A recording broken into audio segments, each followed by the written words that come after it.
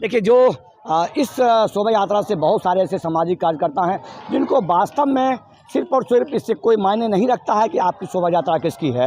ये ऐसे लोग हैं जो हमें उर्स के शोभा यात्रा में मिल जाते हैं जब करबले से निकलती है, और किसी भी तजिए में जाना होता है। ये ऐसे लोग हैं जो आज हमें इस श्री राम के शोभा यात्रा में इनके गले पर डाला हुआ वो सम्मान है और मेरे सर पर बना हुआ है। तो भैया क्या लगता है आपको कि वास्तव में ऐसी शोभा यात्रा जिसमें आप लोग पार्टी विशेष हट करके योगदान देते हैं, क्या भावना है ऐसी? इसमें सिर्फ समाज को एक यही संदेश देना है कि आप संगठित होइए और संगठित होकर के किसी भी कुरीति के खिलाफ, किसी भी कुरीति के खिलाफ, जरूरी नहीं कि आप हमें कोई समझ ले कि मैंने आज भगवा पहन लिया तो मैं किसी का वोट बैंक में नहीं, ऐसा कुछ नहीं होता है।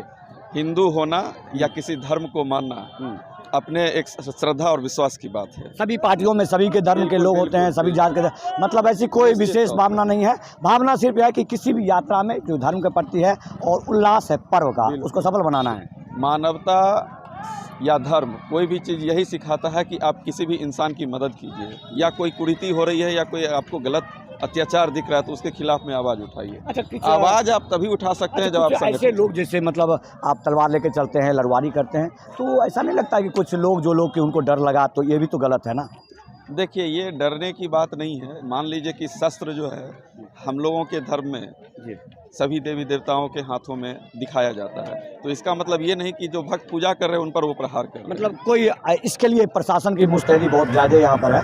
हाँ बिल्कुल, प्रशासन को लगता है कि कहीं कोई अब ये घटना न घट जाए, क्योंकि समाज में अच्छे लोगों अगर 95% है तो 5% ऐसे भी लोग हैं जो समाज को तोड़ने का काम करते हैं ताकि इससे राजनीति उनकी हो सके। इसलिए प्रशासन को मुस्तैद रहना। बहुत लोग ये कह रहे हैं कि इतनी मुस्तैदी की आवश्यकता नहीं है, जो तो उनको है कि ये मुस्तैदी सिर्फ इसलिए है ताकि सद्भावना बनी रहे। निश्चित तौर पर इतनी मुस्तैदी की आवश्यकता नहीं है, हम भी मानते हैं। समाज सजग है, हमारा व्यक्ति जो यहाँ पर समाज का है, जो समाज को लेके चलना चाहता है वह सजग है, तो समाज में कहीं कोई कुरीति या कोई अव्यवधान नहीं आ सकता और ना ही किसी को डरने की बात। आप देखिए इनके साथ ही भैया का एक दल इधर आ रहा है। उस दल के ऊपर एक आरोप होता भैया कि आपको लोग कहते हैं कि ये को जाप से हैं तो जपरंग हैं, तो मैं कहूँगा थोड़ा बढ़ते बढ़ते आप अपनी टीम के साथ, आपकी टीम आ रही है पूरी, तो ये आरोप को कैसे खारिज करेंगे आप?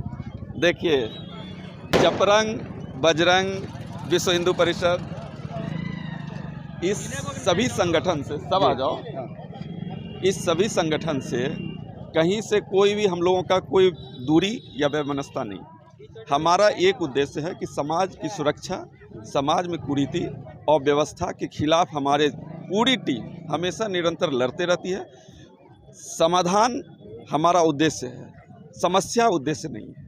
तो अब आप इनके पूरे टीम को आप देख रहे हैं, त्रिमूर्ति भी साथ में है, इनके सारे सेना नायक हैं, और उन सेना नायकों से हम यही जानना चाह रहे थे खास करके कि बलिया में कहीं आपको देखकर कोई वोट बैंक ना समझे। धर्म के प्रति जो सद्भावना स्थापित है, इसमें लगभग दल के लोग मौजूद हैं, तो इस शोभा यात्रा के लिए क्या कहेंगे आप? सबसे पहले अविनाश, चूँकि एक वार्ड पार्षद भी हो गए हैं, बड़ी जिम्मेदारी इनके कंधे पर है, उम्र छोटा है लेकिन जिम्मेदारी बड़ी है।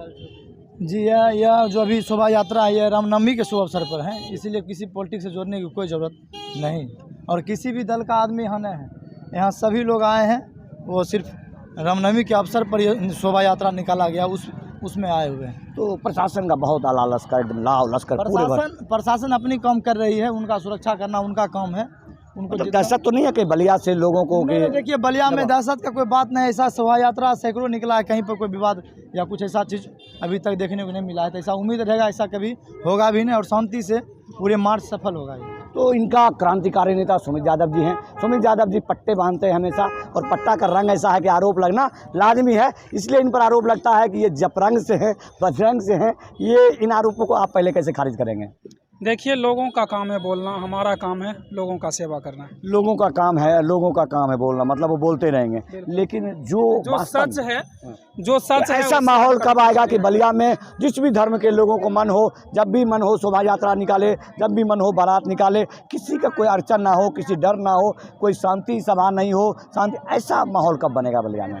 बिल्कुल बनेगा माहौल, और अभी भी है माहौल, ऐसी बात नहीं है। बस कुछ 1% लोग हैं जिनको उसी के आधारित पर राजनीति करनी होती है, तो इसीलिए वैसे लोग ये सब माहौल प्रशासन को और पब्लिक के बीच में खाई डाल करके बरगला रहे हैं सिर्फ जी। तो इसके पब्लिक जो है वैसे लोगों को जो है ना खुद निगलेक्ट कर रही है, और अभी आप देख सकते हैं जो ये माहौल बना है, इसमें सर्वधर्म के लोग बिल्कुल है। सर्वधर्म के लोग मौजूद हैं, तो इससे आप अंदाज़ा लगा सकते हैं कि किन्हीं में किसी प्रकार का कोई ये नहीं है।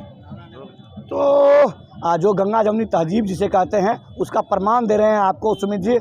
चूँकि जो भी लोग समझते हैं कि मैं किसी दल का हूं और मेरा धर्म जो है मेरी जागीर में आता है, तो उनकी गलत सोच हो सकती है ऐसे लोगों के द्वारा, क्योंकि इनके जो नायक है राजनीतिक तौर पर वो जाप सुप्रीमो पप्पू यादव हैं।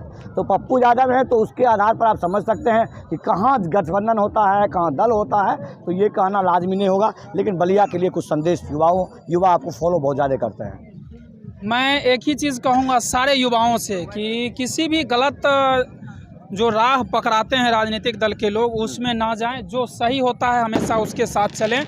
और जो गंगा जमुना तहजीब ये हम लोग शुरू से चलते आ रहे हैं, सारे धर्म के लोग सभी एक साथ मिलके मार्केट में या कहीं भी रह रहे हैं, सब लोग बस उसी तरह से रहें और अपना आगे का जो मोटो है, आगे का जो आप लोग काम करते हैं वो करते रहें। बहुत बहुत आभार इनका। यही सद्भावना हमेशा बनी रहे, एक ऐसे समाज की कल्पना हो जहाँ पर ये सोचना ना पड़े कि हमें कोई शोभा यात्रा निकालना है या किसी भी समुदाय लोगों को भी कोई भी यात्रा निकालना है तो उनको ये प्रशासन से जाके परमिशन लेना पड़े या फिर इतना डरना पड़े। ऐसे माहौल को ख़त्म करने के लिए ऐसी भावना का होना बहुत जरूरी। भव्य शोभा यात्रा जिसमें बलिया में खास करके बेगूसराय का वो बलिया जो अनुमंडल में तब्दील होने के बाद विकास के पथ पर बढ़ रहा है, यहाँ पर अनुमंडलाधिकारी जिनके नेतृत्व में लगभग ये शोभा यात्रा निकल रहा है। अब मैं थोड़ा सा चाहूँगा कि अनुमंडलाधिकारी महोदय कम से कम इतना बताने का प्रयास कर देंगे कि जो इतनी बड़ी शोभा यात्रा है और विश्वास नहीं हो रहा था कि इतना सफल आयोजन हो पाएगा, तो कैसा बलिया का माहौल है, थोड़ा सा कम से कम ये बताने का प्रयास करेंगे कि बलिया में इतनी शांति है, लोगों को इतना विश्वास है कि इतनी भीड़ इकट्ठी हो गई। नहीं ठीक है, यहाँ पे बहुत ही आपसी सौहार्दपूर्ण माहौल में सभी को हम लोग मिलजुल करके मना रहे हैं। ये शुरू से यहाँ का इतिहास बहुत ही गौरवमय रहा है और उसी परंपरा को अभी भी काम किया गया है, जो यहाँ के लिए सही में बहुत बड़ी उपलब्धि है। लगभग 1 साल हो गया आपको आकर के, तो बलिया में लगता है आपको कि सामाजिक कार्यक्रम का सहयोग मिलता है पूरा जब कभी बुलाते हैं तो? बिल्कुल, बहुत ही ज़्यादा यहाँ पर मैं देखता हूँ जितने भी समाज के प्रबुद्ध वर्ग हैं वो हम लोग के साथ आपस में बैठ करके एक दूसरे को सहयोग करते हैं हम लोग, और इसी सहयोग का परिणाम है कि यहाँ पे इतना बढ़िया यहाँ पे शोभा यात्रा निकाला जा रहा है और बहुत ही अमन चैन और सौहार्दपूर्ण माहौल में हम लोग ये शोभा यात्रा निकाल रहे हैं। बहुत बहुत धन्यवाद। अच्छा, डीजे के लिए कभी डीजे की कमी खल दिया लोगों को थोड़ी सी? वो तो डीजे के आदेश नहीं था, डीजे के संबंध में तो ऊपर से निर्देश है कि इसको हम लोग को अभी यूज नहीं करना है। तो आपने देखा प्रशासन की मुस्तैदी आप महसूस कर ही सकते हैं, क्योंकि यहाँ पर नेतृत्व अनुमंडलाधिकारी का है, लेकिन मुख्य रूप से जो प्रशासनिक रूप से बलिया के पुलिस उपाधीक्षक महोदय भी हैं, साथ में लगभग आला अधिकारी आप कैमरे की नज़र में देख सकते हैं कि प्रखंड विकास पदाधिकारी, अंचलाधिकारी और यहाँ तक कि जो कार्यपालक अधिकारी हैं वो भी उनके साथ लगभग सामाजिक कार्यकर्ता इस क्षेत्र में जो भी सामाजिक सद्भावना में दिखते हैं वो सब के सब मौजूद हैं। भीड़ लगभग हज़ारों में है और इतना सुंदर सफल आयोजन के लिए मैं बहुत बहुत आभार व्यक्त करता हूँ। जय हिंद, वंदे मातरम।